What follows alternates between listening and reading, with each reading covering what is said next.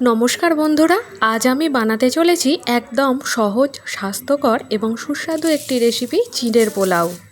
তবে আজকের রান্নার একটা বিশেষত্ব হলো একদম গাছ থেকে তোলা তাজা কারি পাতা এবং কালো সর্ষের সুঘ্রাণ।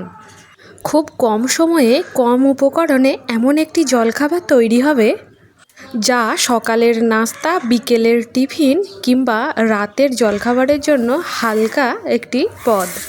চলুন তাহলে দেখে নেওয়া যাক সুস্বাদু চিঁড়ের পোলাও রেসিপি। চিঁড়ের পোলাও বানানোর জন্য নিয়েছি 2 বাটি চিঁড়ে। প্রথমে চিঁড়েটাকে খুব ভালোভাবে জলে ধুয়ে নিচ্ছি। জলে ধুয়ে নেওয়ার 15 মিনিট পর রান্নাটা করব। এখানে আমি ঠান্ডা জলেই চিঁড়েটা ধুয়ে নিচ্ছি। চিঁড়েটা খুব নরম নয় আর খুব শক্তও নয়। আমি চিঁড়ের পোলাওটা একদম ঝরঝরে বানাবো। ধোয়া হয়ে গেছে, 15 মিনিট পর ফিরে আসছি। 15 মিনিট পর দেখুন চিঁড়েটা সুন্দরভাবে ভিজে গেছে, ফুলে উঠেছে এবং একদম ঝরঝরে আছে। এই চিঁড়ের পোলাও বানানোর জন্য এখানে ক্যাপসিকাম এবং গাজর কেটে নিয়েছি। এছাড়াও এই রান্নাতে ব্যবহার করব পেঁয়াজ। আপনারা চাইলে নিরামিষভাবেও বানাতে পারেন।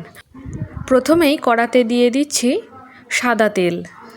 তেলটাকে বেশ ভালোভাবে গরম করে নিয়ে ওর মধ্যে গাছ থেকে একদম সদ্য তোলা টাটকা কারি পাতা এবং কালো সর্ষে ফোড়ন দিয়ে দিলাম। চিঁড়ের পোলাও অনেক রকমভাবেই বানানো যায়। আজকে আপনাদের সাথে একটা রেসিপি শেয়ার করলাম। কারি পাতা এবং কালো সর্ষেটা ভাজা হয়ে যাবার পরই অ্যাড করে দিলাম কুচানো পেঁয়াজ, গাজর এবং ক্যাপসিকাম। সমস্ত সবজিকে মিডিয়াম ফ্লেমে খুব ভালোভাবে ভেজে ফেলছি। আপনি যদি আমার চ্যানেলের নতুন দর্শক বন্ধু হয়ে থাকেন তাহলে প্লিজ আমার চ্যানেলটিকে সাবস্ক্রাইব করে পাশে থাকার অনুরোধ রইল। এখানে সমস্ত কিছু সবজি এমনভাবে ভাজতে হবে যাতে সবজিগুলো দেখতে সুন্দর থাকে এবং সুন্দরভাবে সেদ্ধ হয়ে যায়। সবজিগুলো সেদ্ধ হয়ে যাওয়ার পর ওর মধ্যে অ্যাড করে দিলাম ধুয়ে রাখা চিঁড়েটা। এবার গ্যাসের ফ্লেমটা একদম লোতে করে দিচ্ছি।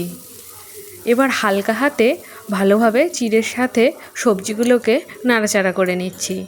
এই সময় অ্যাড করে দিচ্ছি স্বাদমতো লবণ এবং চিনি। এখানে আমি 2 বাটিতে 1.5 টেবিল চামচ চিনি ব্যবহার করছি।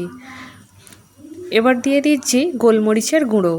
যে যেমন ঝাল খাবেন সেই অনুযায়ী এখানে গোলমরিচ কিংবা কাঁচা লঙ্কা অ্যাড করতে পারেন। আমি এখানে কাঁচা লঙ্কা না দিয়ে গোলমরিচ ব্যবহার করলাম। আপনারা যে যেমন মিষ্টি খাবেন সেই অনুযায়ী এখানে চিড়ে অ্যাড করতে পারেন। এরপর দিয়ে দিচ্ছি গরম মশলার গুঁড়ো। গরম মশলার মধ্যে রয়েছে এলাচ, দারচিনি, লবঙ্গ। শুকনো খোলায় ভেজে ভালোভাবে গুঁড়িয়ে নিয়েছি। এবার সুন্দরভাবে নাড়াচাড়া করে দিচ্ছি। গ্যাসের ফ্লেমটা একদম লোতে রেখেছি।